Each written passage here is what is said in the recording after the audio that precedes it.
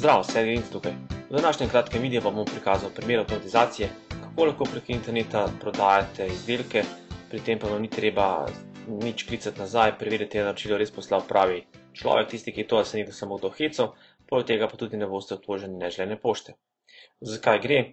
Čisto enostavno, tale multimedijski informacijski izdelek, kako narediti predstavitev v 1 uri ali prej, ki vas nauči torej izdelave predstavitev s PowerPoint in drugih v 1 uri, podajamo tako, da dejansko ena od možnosti naročila je naročilnica z izpolnitvijo obrazca, ki ga prejmemo po elektronski pošti.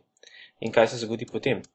Potrdilo prejme tako bodoči kupec, in seveda tudi na našo stran pride mogoče potrdilo, da se je to zgodilo. In zdaj mora kupec samo še potrditi, kaj se zgodi, če bi to bilo samo enkratno potrdilo na listo, mi ne vemo, ali je to res kupil ali ne, ali se kdo lahko heca ali ne. Tako pa samo tisti, ki je res naročil ta izdelek in je to prejel v elektronski pošti, takrat, ko potrdi tole naročilo, s klikom na povezavo v elektronski pošti, se dejansko ta nakup torej potrdi.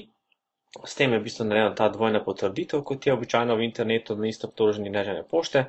Avtomatsko se potem elektronski naslov vnese tega nakupca v elektronsko listo kupcev in po pravilu, ki je določeno pri sistemu za elektronske liste, se tudi avtomatsko zbriše isti elektronski naslov iz liste naročnikov na objave bloga, torej tisti, ki so šle potencialni kupci. Zakaj? Ja, zato, ker če nekdo vaš kupec ga ne boste več bombardirali za razno pošto, s promocijo za izdelek in tako naprej, ker vam potem lahko zelo hitro vrne izdelek. In to je tudi v bistvu vsa ta recept, kako narediti dejansko, če imate nekaj listov ali dve, kaj imeti v internetu, imate vsaj 2 listi. Eno so tisti potencialni kupci, potencialni naročniki, tisti, ki spremljajo, kaj se dogaja, kaj delate, kaj ponujate. In drugo so potem lista kupcev, tistim pa seveda ne boste več pošiljali vseh teh promocijskih sporočil in tako naprej, ampak samo še dodatne ponudbo, dodatne ugodnosti in tako naprej, in jih spomnili na to, da še živite in obstajate na trgu. Tretji korak je potem samo še, da mi dobimo elektronsko pošto, potrjen nakup, samo še pošljemo izdelek z računom, pošti in je z naše strani končano. Poglejmo še, kako se to naredi v elektronskem poštnem sistemu Aweber. Ko se prijavite v Aweber, ki pa ga res priporočam, ker je zelo poceni, tisti $19 na mesec za do 500 uporabnikov, zares ni noben strošek, če je dobra investicija. Greste potem v tisto listo, ki jo želite avtomatizirati kot pravilo, tem pravi to lista prezentacije, kjer so vsi naročniki na objavi v zapisu bloga prezentacija.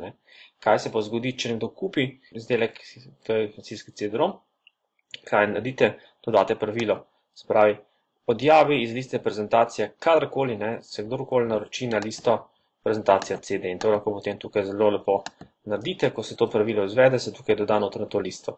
Kar zato pomeni, kadarkoli bo kdo kupil in bo postal naročnik na to listo prezentacija CD, bo to pravilo v Aweber avtomatsko odjavilo isti elektronski naslov iz liste potencialnih kupcev, če tako rečemo, ali naročnikov, ki spremljajo objave v zapisu. Na ta način ne moramo nikoli poslati promocijskega sporočila dodatno že obstoječemu kupcu, ker bi potem, ko samo s tem pozavrnili in ne bi več potem hotel nič naročiti pri nas, če grdo rečem.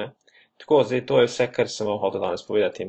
Uporabljate torej 2 listi, listo potencialnih kupcev in listo kupcev in ne mešate med njima nikoli. Hvala, to je vse. Sergej Rinc za prezentacije.si in čim manj preglavic z elektronskim listom vam želim.